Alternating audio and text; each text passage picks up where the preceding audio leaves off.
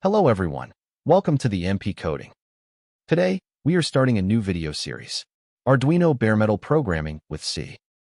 In this video series, we won't be using any IDE. It's just the datasheet and C programming straight from scratch. And here, I have created a roadmap for this tutorial series. I'll be covering all these topics throughout the series. In this video, we're focusing on setup and installation of the toolchain. So let's begin. In this video series, I am going to use an Arduino Uno board, which comes with Atmega 328P, an 8-bit AVR chip. It's a good board for most embedded systems developers to start with, easy to understand. And most of the time, we'll be looking at this Atmega 328P datasheet. So, please make sure this datasheet is available throughout the series, and you can download it from this link. For development, you can use any OS, Linux, Mac, or Windows. In this video, I will show how to install and set up on Linux. But for other operating systems, I have added the instructions to install the toolchain as well. So, first, let's understand why we call this bare-metal programming. We're not using any IDE, no Arduino.h headers, no digitalWrite, no serial.println. Every example in this series talks directly to the Atmega 328P's registers, using plain C code, compiled with avr-gcc, which is the compiler for AVR chips, with no Arduino library involved. We'll also use avr-libc, the standard C library for AVR. It gives us things like avr/io.h, which contains all the register definitions. Then, we'll use a makefile to automate the build commands. After that, we use avr-dude to flash the board, using the Uno's existing bootloader over USB serial. Now, the Arduino Uno's bootloader stays on the chip. We're not replacing it in this tutorial. We're just writing our own firmware instead of Arduino sketches and flashing it the same way the IDE would, using avr-dude over the USB serial port, just from the command line.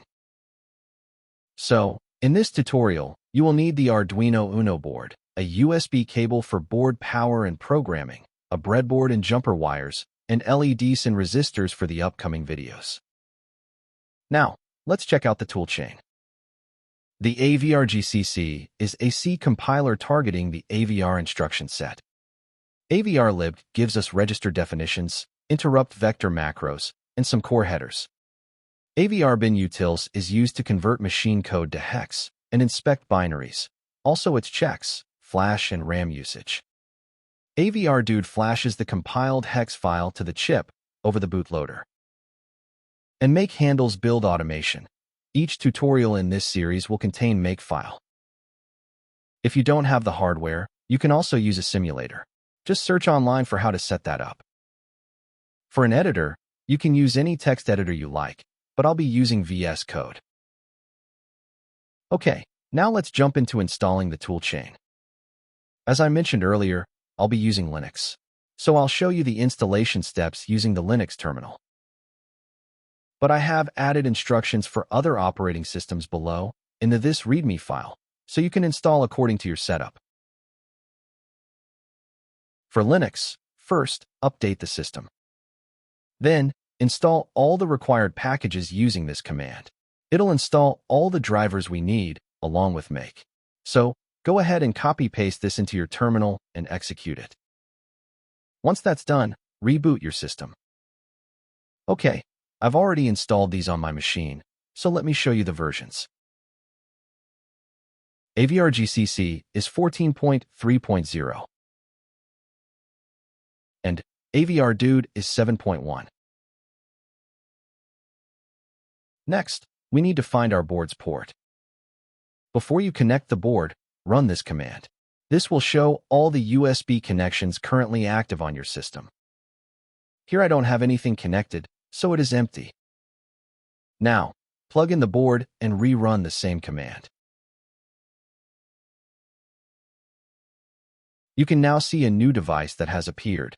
Usually, it shows up as /dev/TTYACM0 on the Uno or /dev/TTYACM avr-ttyrusb0 on some clone boards. Note this down, since every tutorial's flash command will need it. So, in my case, it's /dev/ttyacm0. That's all we needed there. Next, let's do a small test to verify the whole toolchain. Create a test.c file, and inside it, just add a main function with an empty while loop.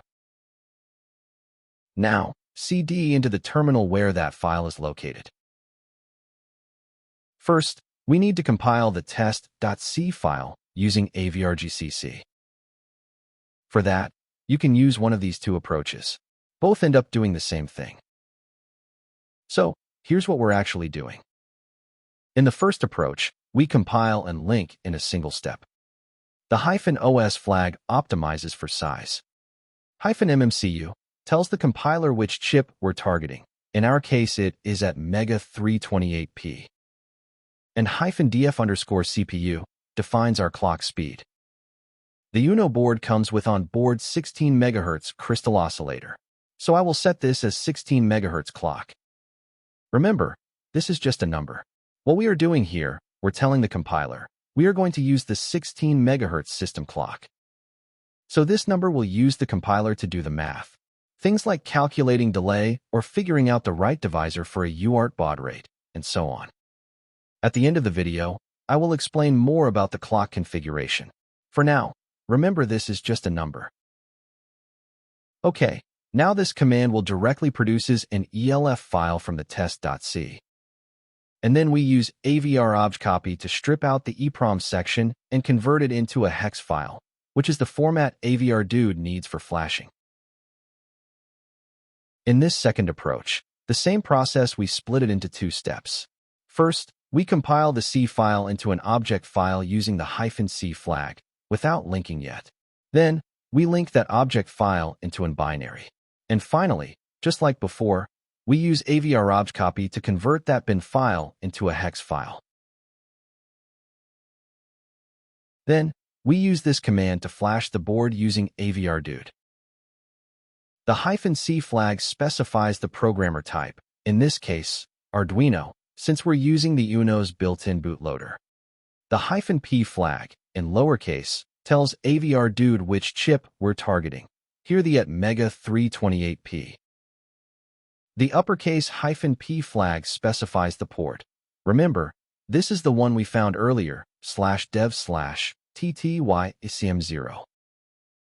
The -b flag sets the baud rate, which is 115200 for the Uno's bootloader.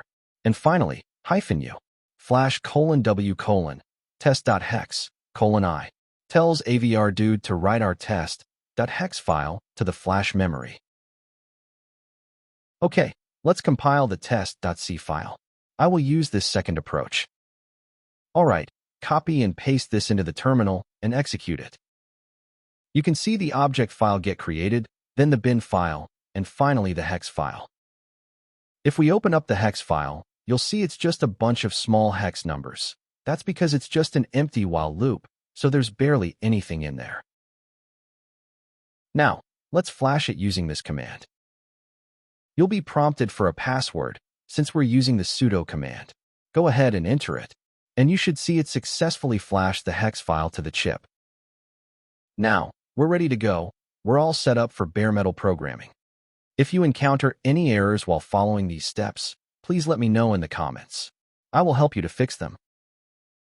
Before we wrap up, I want to explain a bit of extra knowledge that'll help this all make more sense. The at mega 328p chip's clock configuration. You can skip this part if you'd like, but honestly, knowing this is worth it. I mentioned the df_cpu flag earlier, and we set it to 16 MHz. I told you this is just a number. A lot of programmers assume this is telling the chip, run at 16 MHz. But that's not what's happening. It has zero effect on the actual hardware clock. You could set this flag to any number you want, and the chip's real oscillator wouldn't change at all. All it would do is make your delays and baud rates wrong, because now the compiler's assumption doesn't match reality. But notice, we never selected any clock source or setting, either in the code or in the terminal commands. If you've worked with STM32 or Microchip's PIC lineup before, you're probably used to writing code that explicitly configures the oscillator, selecting the clock source, setting up a PLL, maybe even waiting on a clock-ready flag before your program really starts.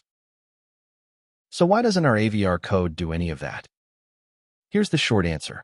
On AVR chips like the Mega 328P, the clock source isn't configured in your program at all. It's configured in something called fuse bits, a small, separate area of memory on the chip that exists outside of flash and outside of RAM. Fuses are not instructions that your program runs. They are hardware configuration bits, set once, usually before your code ever gets uploaded, using a programmer. Now, if you took a completely bare, brand new Mega 328P chip, not a preloaded Arduino board, just the raw chip straight from a parts bin, its fuses would default to something different. The internal RC oscillator, running at around 8 MHz, and further divided down to roughly 1 MHz by default. If you compiled code assuming 16 MHz and flashed it onto that bare chip without changing the fuses first, your delays would run 16 times slower than expected, and your UART would spit out garbled nonsense, because the baud rate math would be built on a false assumption from the start. Now, here's the catch. The same USB serial connection you use for uploading sketches cannot set fuses. You need a separate ISP programmer, either a second Arduino running the Arduino ISP sketch or a dedicated AVR programmer. So, if you ever get your hands on a brand new, bare chip, the first thing you'd need to do is set the fuse bits to use the external crystal oscillator. I'm not going to walk through that process in this video, but I'll add some links in the README file that you can work through on your own.